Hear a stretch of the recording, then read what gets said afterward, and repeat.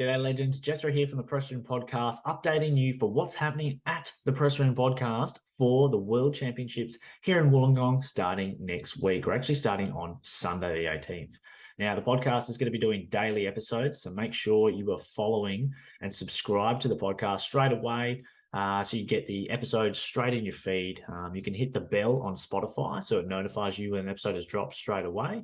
Or just make sure you're following on Apple or your podcast player. Now, I've got media access as a broadcaster, audio and visual broadcaster this year, which is really cool. So I'll have the full bib. I'll be able to, go into the mix zone before and after the races, hopefully get some really cool interviews with riders.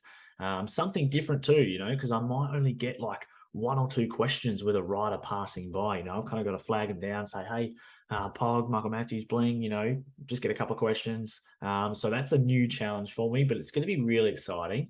And I hope to not only get a couple of cool grabs and show you guys sort of a bit closer to the race in terms of my interviews and things, but I hope you guys can also get a feel for, I guess, the challenge from my end, from a I guess, an audio podcaster, that sort of thing, of getting the interviews and trying to capture the sounds of the race. So I'll try and share with that as much as I can, because I think the journey of the press room going to the world champs as official media is a really cool story. And me trying to navigate that world as well, I'll try and share that with you guys and get the best content I can each day on the racing. So originally it was planned of me being a bit of a holiday with my friends because I'm going with 5 of my best mate and of course my fiance Megan. But it's going to be a week of work and it's a big week for the pod. So hopefully I'll get some really cool interviews with the riders. Hopefully I'll get into a car as well for one of the races. And I'll share with you everything that I can during the race and take lots of video as well. So in addition to following the Press Room Podcast on your podcast players, make sure you subscribe to the YouTube channel, search that up on YouTube and make sure, in fact, this is on YouTube. So just hit subscribe. And also make sure you're following the Instagram page at the Press Room Podcast. Now, that is the key communication page that I use for the pod. So if you're not following that, you're not getting the updates. I'll be posting video stories of like what it's like in the media center. Any interviews I get, we'll try and get video of that as well so I can post up. And, just sort of really cool stuff that I see behind the scenes. So look out for that, especially on the Sunday. I'll try and get as much of the time trial tech that I can because, the time trial course for this year's Worlds is very, very interesting, a unique course.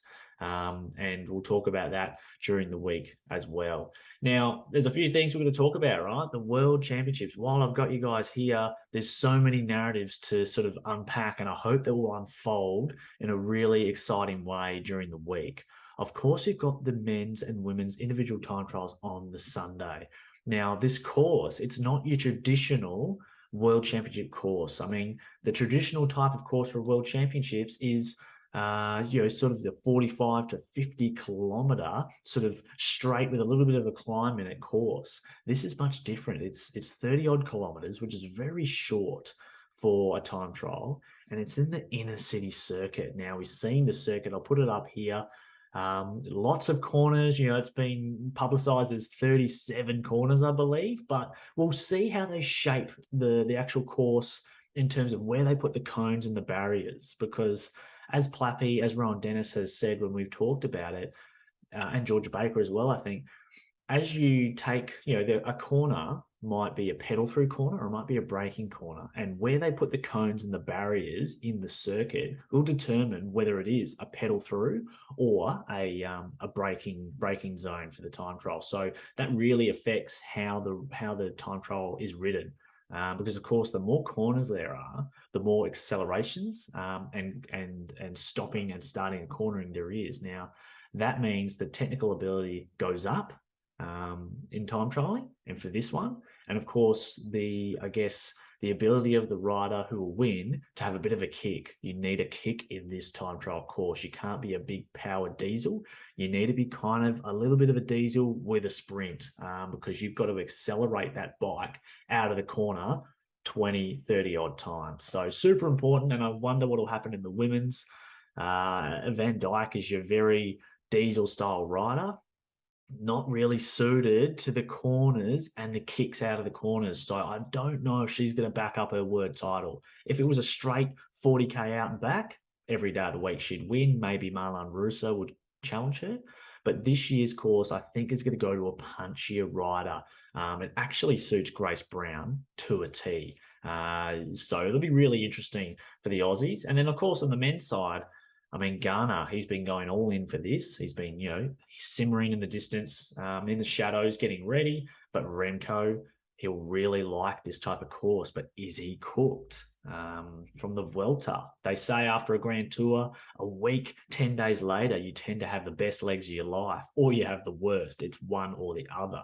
So we'll see. I think Remco, of course, Garner, Pogacar, if he's riding the TT, we know he's got the kick. He's got the engine in the TT. I think he's a big chance if he's riding it. So it's disappointing as well that Wout van Aert's not riding the TT. I think that's a mistake by him. Going all in for the road race, I mean, sure, but it's like 5 days apart. And wouldn't you want the TT just to open the throttle? I would have thought so. He'd get a medal.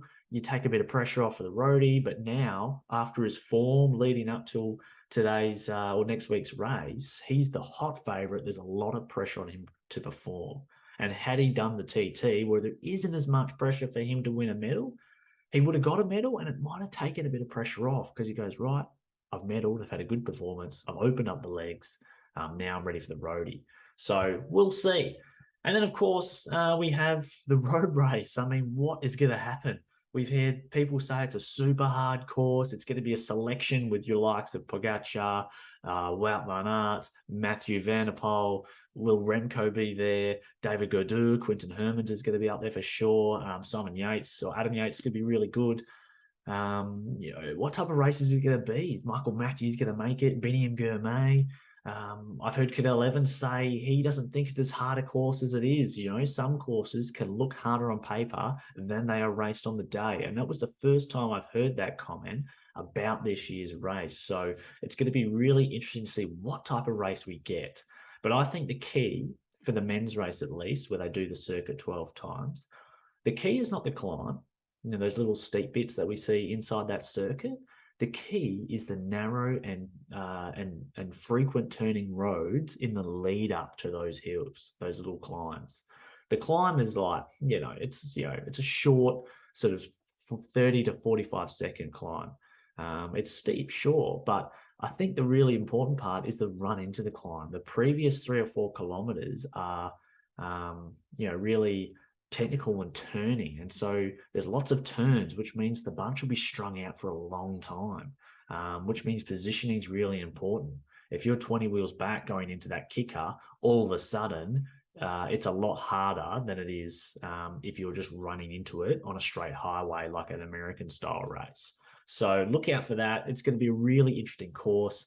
As for the women's, if you had to design a course to suit a team to a T, the Australians have done it perfectly. With only, I think it's 6 laps of the world circuit, the finishing circuit, the women's team is made for this course. I mean, Alexander Manley, Georgia Baker, Amanda Spratt, who's coming into form, and the rest, of course, they are made for this course. And I think the Australians really know on the women's side how to get behind one rider. And I think if they can rally behind Alex Manley or Georgia Baker or Spratty, they get a medal and do a very good result. But anyway, those are some of the things that are really cool. What do you think is going to happen in this year's World? What's going to happen with the finale? Is it going to be Wout van Aert, Pogacar, Mathieu van der Poel? Who's going to win? I mean, what's going to happen on the women's side? Is Marianne Vos going to just stomp everyone? What about Van Vleuten? There's so many different narratives that can happen. And who's going to be the TT world champ? I'm really looking forward to seeing what happens. Tell me who you want to win. Make sure you subscribe to the podcast and the YouTube channel and follow the Instagram, because next week on Sunday, I'm going to be there. There's going to be daily pods, and I hope everyone enjoys it. And thanks to Zwift, thanks to Attacker, and of course, Smith Optics. And I'll see you guys on the podcast next week.